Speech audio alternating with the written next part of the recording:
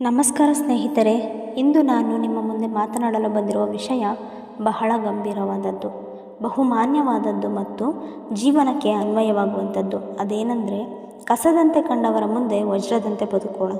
ಈ ಒಂದು ಸಾಲಿನಲ್ಲಿ ಒಂದು ಬದುಕಿನ ದಾರಿ ಇದೆ, ದಿಕ್ಕು ಇದೆ, ದೇಹದ ಪವಿತ್ರತೆಯಷ್ಟೇ ಆತ್ಮದ ಘನತೆ ಇದೆ.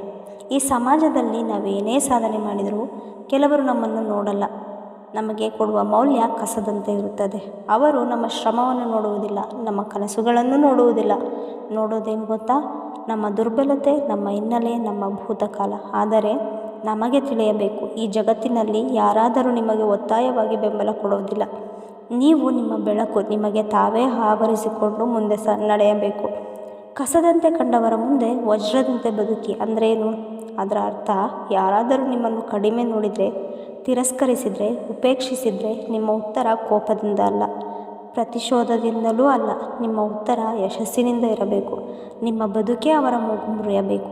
ನಿಮ್ಮ ಸಾಧನೆಯ ಬೆಳಕು ಅವರ ಅಂಧಕಾರದ ನೋಟವನ್ನು ಹರಿದು ಹೋಗಬೇಕು. ಒಂದು ಕತೆ ಹೇಳ್ತೀನಿ. ಒಬ್ಬ ಹುಡುಗ ಹಣವಿಲ್ಲ, ಬೆಂಬಲವಿಲ್ಲ, ಸುತ್ತಲೂ ಕುಸಿತಗಳಷ್ಟೇ.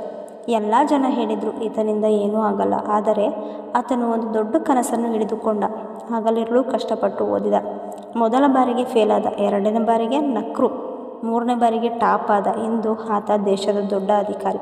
ಈ ಕತೆ ನಾಳೆ ನಿಮ್ಮ ಕಥೆಯೂ ಆಗಬಹುದು. ಎಲ್ಲೋ ಕೆಲವರು ನಿಮ್ಮನ್ನು ಕೆಳಗಿಡಲು ಯತ್ನಿಸುತ್ತಾರೆ. ಅದಕ್ಕಿಂತ ನೀನು ನಿನ್ನನ್ನು ಎತ್ತಿಕೊಂಡರೆ ಸಾಕು. ಜನ ಯಾವಾಗಲೂ ನಿನ್ನ ಹಿನ್ನೆಲೆ ನೋಡ್ತಾರೆ, ನಿನ್ನ ಗುಣ ನೋಡೋದು ನಿನ್ನ ಗೆಲುವಿನ ನಂತರ.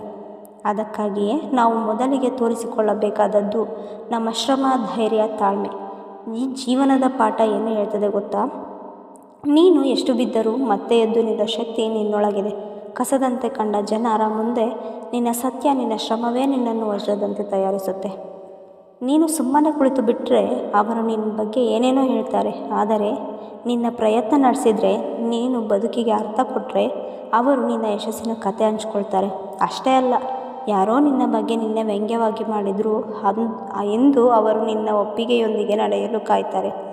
ಆದರೆ ಅದು ಹಾಗೇ ಆಗ್ತದೆ, ನೀನು ನಿನ್ನ ದಾರಿಯಲ್ಲಿ ಗಟ್ಟಿಯಾಗಿ ನಡೆದಾಗ ಮಾತ್ರ. ನೀವು ಹೊರಟಾಗ ಒಂದನ್ನು ನೆನಪಿಟ್ಟುಕೊಳ್ಳಿ, ಯಶಸ್ಸು ತಕ್ಷಣ ಸಿಗೋದಿಲ್ಲ. ಅಪಮಾನ, ನಿರಾಸೆ, ಬೇಸರ, ಸೋಲು ಇವು ಮೊದಲಿಗೆ ಬರುತ್ತವೆ. ಆದರೆ ಅದನ್ನು ಅಪ್ಪಿಕೊಂಡು ನಡೆದರೆ ಯಶಸ್ಸು ವಿಳಂಬವಾದರೂ ಖಂಡಿತ ಬರುತ್ತದೆ. ಅದು ಶಾಶ್ವತವಾಗಿ ನಿಮ್ಮ ಜೊತೆಗೆ ಇರುತ್ತದೆ.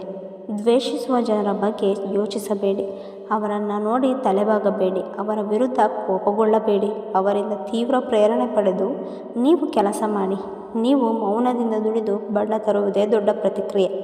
ಕಸದಂತೆ ಕಾಣಿಸಿದ ಕ್ಷಣವೊಂದು ಶಾಶ್ವತವಲ್ಲ. ಆ ಕ್ಷಣದಿಂದ ನೀವು ಎದ್ದರೆ ಮುಂದಿರುವ ದಾರಿ ನಿಮ್ಮದೇ. ವಜ್ರವಾಗಿ ಬೆಳೆಯುವ ತೀರ್ಮಾನ ನಿಮ್ಮೊಳಗೆ ಹುಟ್ಟಿದರೆ ಈ ಜಗತ್ತೇ ನಿಮ್ಮ ತಾಳ್ಮೆಯ ಮುಂದೆ ತಲೆಬಾಗುತ್ತದೆ. ಒಂದು ಸತ್ಯದ ಮಾತು ಹೇಳ್ತೀನಿ, ಯಾರು ನಿಮಗಿವತ್ತೇನೂ ಅಲ್ಲ ಅಂತಾರೋ ಅವರೇ ನಾಳೆ ನೀನು ನನ್ನ ಪ್ರೇರಣೆ ಅಂತ ಹೇಳ್ತಾರೆ. ನೀವು ಯಾರಿಗಾಗಿ ಬದುಕಬೇಕು? ಯಾರಿಗೋ ತೋರಿಸಲು ಅಲ್ಲ, ನಿಮ್ಮ ಕನಸುಗಳಿಗೆ, ನಿಮ್ಮ ಆತ್ಮ ಸಂತೋಷಕ್ಕಾಗಿ, ನಿಮ್ಮ ಬದುಕಿಗೆ ಅರ್ಥ ಕೊಡಲು.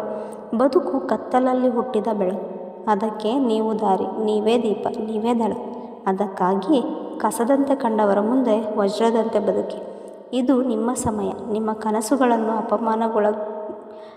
ಅಪಮಾನಗೊಳಗೆ ಕಳೆದುಕೊಳ್ಳಬೇಡಿ.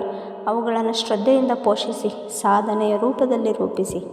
ನೀವು ಇಂದು ಮಾಡಿದ ಶ್ರಮ ನಾಳೆಯ ಗೆಲುವು. ಇಂದು ಕಸದಂತೆ ಕಂಡವರು ನಾಳೆ ನಿಮ್ಮನ್ನು ಮಾದರಿಯಂತೆ ನೋಡಲಿ. ಧನ್ಯವಾದಗಳು.